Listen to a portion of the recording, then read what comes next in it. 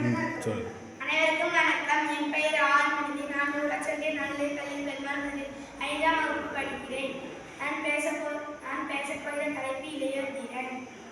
வணக்கம் மகேஷ், நீ நல்லா இருக்கியா? நான் நல்லா இருக்கேன். நீ நல்லா இருக்கியா மகேஷ்? நான் நல்லா இருக்கேன்.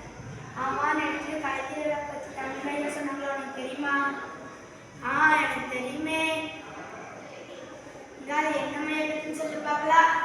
அது இளையோர் திறன் தானே? ஆமா, ஆனா இளையோர் கல்வி கற்கும் திறன் நான் பொருள் ஈர்க்கும் திறன் முக்கியமா. அதை பத்தி நீ என்ன நினைக்கிற? நான் கல்வி கற்கும் திறன் தான் நினைக்கிறேன். அதை எப்படி அவ்வளோ திட்டமா சொல்றேன்? கேள்வி சொல்லும் கல்வி என்று திருவள்ளுவர் சொல்லியிருக்காங்க. கல்வி கற்காத கல்விக்கோள் என்று பாரதிதாசன் சொல்லியிருக்காங்க. ஆமா, ஆனா அதே திருவள்ளுவர் தான் பொருளாக இவ்வளவு என்று சொல்லியிருக்காரு. பொருள் என்ன நம்ம அன்றாட தேவையை கூட நிறைவேற்றி தர முடியாதுல்ல. பணம் பணம் செய்யும் என்பது பழமொழிகள்.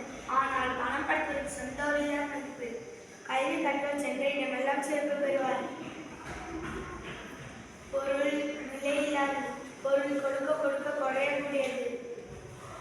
கல்வர்கள் கவனம் செல்லக்கூடாது, கல்வியே பயன் தருவது என்றும் அழியாதது. வா, நம்ம எதுக்கு சண்டை போடுது? வா, நம்ம போய் தமிழை எங்கே கேட்போம். வணக்கம் தமிழையா, உங்களுக்கு சந்தேகம் கல்வி கற்க தெரியுமா? பொருள் இருக்குமா?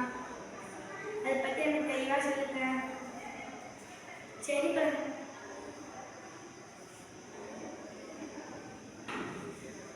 குழந்தைங்களா, நான் சொல்றேன். மக்களிடம் அறியாமை இடரை நீக்கி கல்வி அறிவை ஒளிபர செய்வது கல்வி என்பது. கல்வி அறிவை நாம் இளமையிலே பெறுவதுதான் சிறந்த வழி. இளமை கல்வி சிலையை எழுத்து என்று முதுமொழியை நாம் மறந்துவிடக்கூடாது. ஆம், கல்வியின் பொருள் ஒரு நாணயத்தின் இரு பக்கங்கள் எனலாம்.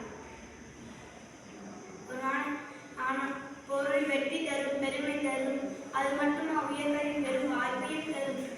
ஆனால் நம்மை மேன்மைப்படுத்துவது கல்வி என்பது எல்லளவும் பயனில்லை. உண்மைதான் ஐயா. கல்வியின் பொருள் நம் வாழ்க்கை வளம் பெற உதவும் என்பதை புரிந்து கொண்டோம். நன்றி, வணக்கம்.